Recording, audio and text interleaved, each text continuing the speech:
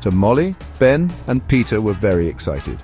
It was a sunny Saturday, and they were going on a picnic.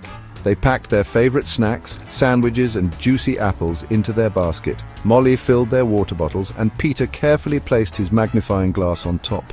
They couldn't forget that, not when they were going to the woods. Don't forget your camera, Peter. His mother called from the kitchen. I want to see all the wonderful things you find. I won't, Mum. Peter shouted back, already halfway out the door.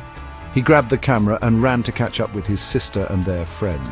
The woods were just beyond their garden, a place of wonder and adventure. The children skipped along the path, eager to start their adventure.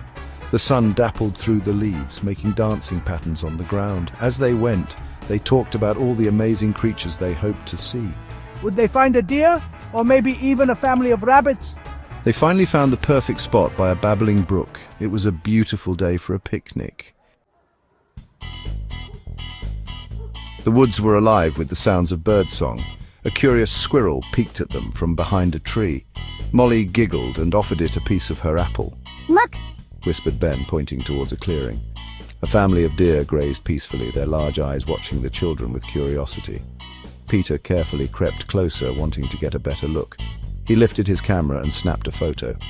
The children spent the entire morning playing games and making friends with the animals. They told stories to the rabbits and sang songs with the birds. The woods seemed to hum with happy music. Soon it was time for lunch. The children sat beneath the shade of a large oak tree and unpacked their basket. The sandwiches and apples tasted delicious after their morning adventures. After lunch, they continued to play until the sun began to dip towards the horizon. We should go home soon. It's getting late. The children packed up their things and started their walk back. As they were walking, Molly, who was always a bit clumsy, tripped over a root and fell. Ouch! She cried. She looked down and realized with a fright that she had fallen into a hole. It was too deep for her to climb out. Help! I can't get out! Ben and Peter rushed back to the hole and peered in. They couldn't see Molly in the dim light. Don't worry, Molly, we'll get you out. Shouted Ben, but the hole was too deep. They couldn't reach her. They didn't know what to do. Then Peter had an idea. I know, Trunky. Trunky was a friendly elephant who lived in the woods. He was very strong, and he often helped the children when they got into trouble. The boys started shouting at the top of their lungs. Trunky! Trunky, help! A few minutes later, they heard Trunky's trumpeting call in the distance. He was coming. They could hear the sound of his heavy footsteps coming closer. Trunky rushed to the edge of the hole and saw Molly. Gently, he lowered his trunk into the hole. Hold on tight, He trumpeted.